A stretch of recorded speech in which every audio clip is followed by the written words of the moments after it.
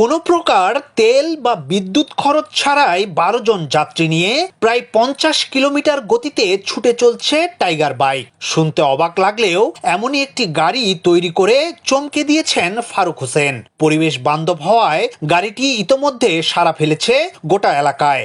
গাড়িটিতে চড়ার জন্য রীতিমতো সিরিয়াল দিতে হচ্ছে যাত্রীদের। এই গাড়ি আমি তৈরি করেছি, আর একটা বিমান তৈরি করেছি, সেটাও খুব দ্রুত আমি ওড়াবো। এর আগে আমি 80 দশকে আমি তুষকাট আবিষ্কার করেছি। সে তুষকাট এখন সারা বাংলাদেশে চলছে, বহু লোকের কর্মসংস্থানের ব্যবস্থা হয়েছে। আর এটা স্কুল, কলেজ, মাদ্রাসা সব জায়গায় ব্যবহার হবে এই গাড়িটা। টাইগার বাইক চলতে লাগে না কোনো তরল জ্বালানি, ব্যাটারিতেও লাগে না বাইরের বৈদ্যুতিক চার্জ। ফলে গাড়ি চালাতে খরচ নেই 1 টাকাও। উল্টো গাড়ি যত চলবে ততই চার্জ বাড়বে। যান্ত্রিক ত্রুটি না হলে পড়ে থাকবে না কোথাও। 3.5 লাখ টাকা খরচ করে মাত্র 3 মাসে গাড়িটি তৈরি করেছেন সাতক্ষীরার লাবসা ইউনিয়নের থানাঘাটা গ্রামের শেখ ফারুক হোসেন। এটা বিদ্যুৎবিহীন গাড়ি চলবে, আপনার চার্জ দেওয়া লাগবে না। এই গাড়িতে গাড়ি যত চলবে তত চার্জ হবে।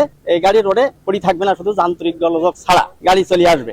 আমার এই গাড়ি তৈরি করতে 3.5 লক্ষ টাকা খরচ, সময় লেগেছে ধরেন 3 মাস। আর এবার যদি তৈরি করি 15 দিনে আমার গাড়ি তৈরি হবে। প্রথম তৈরি করতে একটু দেরি হয়েছে। 12 জন যাত্রী বসতে পারবে, ড্রাইভার পারবে। আরামদায়ক, পরিবেশ বান্ধব এবং জ্বালানির প্রয়োজন না হওয়ায় টাইগার বাইকটির চাহিদা হবে ব্যাপক। তাই বাণিজ্যিকভাবে এই গাড়ি তৈরি বা বাজারজাত করতে সরকারের সহায়তা দরকার বলে মনে করছেন জনপ্রতিনিধিরা।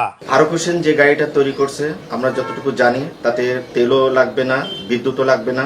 সে এই বাজারজাত যাতে করতে পারে, আমি সরকারের কাছে অনুরোধ করব তাকে সহযোগিতা করার জন্য। দেশে জ্বালানির মূল্য বৃদ্ধির কারণে বাহন নিয়ে দুশ্চিন্তায় পড়েছেন মানুষ। পাশাপাশি বিদ্যুতের দাম বৃদ্ধির কারণে ইলেকট্রিক বাহন ব্যবহারেও স্বস্তি নেই। এসব থেকে মুক্তি পেতেই গাড়িটি তৈরি করেছেন ফারুক হোসেন। কিন্তু লাইসেন্স করতে 50,000 টাকা চাওয়ায় গাড়িটি সড়কে নামাতে পারছেন না তিনি। এ কারণে সরকারের সহযোগিতা কামনা করেছেন গাড়িটির নির্মাতা।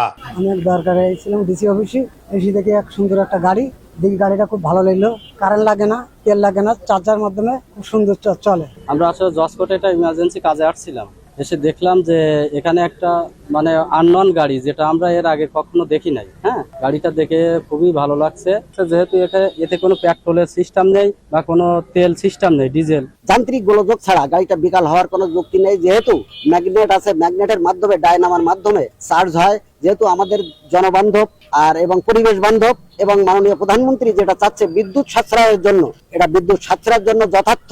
গাড়িটা খুবই আরামদায়ক এবং পরিবেশ বান্ধব, শব্দ দূষণ হয় না এবং বিদ্যুৎ সাশ্রয়। গাড়িটার বৈশিষ্ট্য হলো স্কুলের জন্য ব্যবহার করা যাবে, কলেজের জন্য ব্যবহার করা যাবে, সাধারণ মানুষ এটা নিতে পারবে। এবং এই গাড়িটা উনি এমনভাবে উদ্ভাবন করেছেন, চাহিদা মতন উনি তৈরি করে দিতে পারবেন। ইয়াসিন আলী, সোনালী নিউজ।